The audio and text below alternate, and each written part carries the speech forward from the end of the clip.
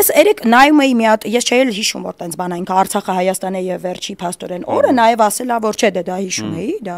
ֆենոմենալ բան էր։ Նաեւ այդ օրը խոսում էր Ռուբեն Վարդանյանի եւ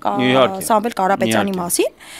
Ես ամենայն անկեղծությամբ այսօր ինչի եմ եկել ձեզ հյուր բացատրեմ, որտեվ ես ամաչում եմ որ Ռուբեն Վարդանյանն ընդ նստած ով մենք այնտեղ չենք կարողանում խոսել ցավոք սրտի, այսինքն չենք կարողանում գնալ Բաքու, կանգնել օրինակի համար ինչ որ միտինգների անել, չգիտեմ, ինչ որ հավաքվել ու խոսել ու դժգոհել, բայց գոնե Սամվել Կարապետյանի համար կարող են։ Հավասարացնում եմ այդ մարդկանց թե ոչ, ես երկուսին էլ չեմ ճանաչում անձնապես որ հավասարացնեմ։ Ես ինձ ճանաչում եմ որպես բարեգործություն հավաքող աղջիկ, մարդկանց, ովքեր բարեգործություն են բերել ինձ մոտ։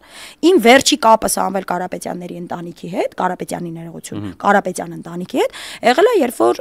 զոհված հերոսների երեխաների համար հավաքում էինք այդ Երևան պարկի գիտես միջոցառմանը, տատայի հետ եղել է կապը, այդ վերջինն է եղել։ Դրանից առաջ, երբ որ 20 թվականին,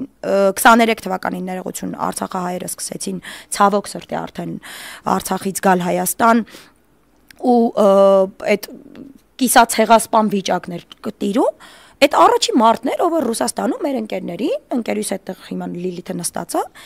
առաջի մարդներ ում դիմել են ու ինքը առանց մի դրամ, մի գրամ մտածելու, առանց մի լումա, մի ռուբլի ուզելու, միանգամից տրամադրել է տարածքներ, սկլադներ, որ գնանք հավաքագրումներ անենք, ինչով կարողացել են աջակցել։ Ես այդ մարդկանց ճանաչում եմ այդպես։ Ու այսօր դուք ինձ, սովորական մարդու, ոչ քաղաքական գործիչի, դուք ինձ տալիս եք մի հատ ինֆո, որ բոլոր այն մարդիկ փաստորեն, որ եկել են օգնել են, հայանպաստ գործունեություն են ծավալել։ Եկեղեցու համար ինչ որ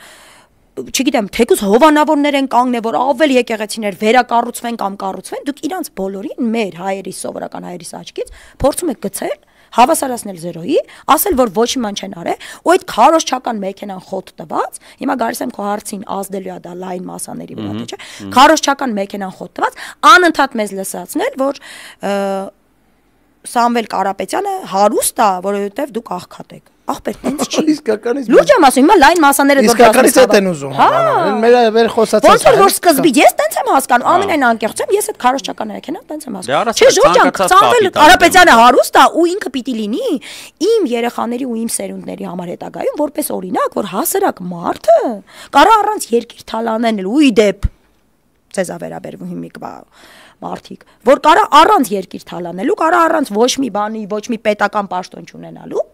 մարդը դառնա, այո, չգիտեմ, միլիարդատեր ու ես դրա համար իրոք ուրախ եմ շատ։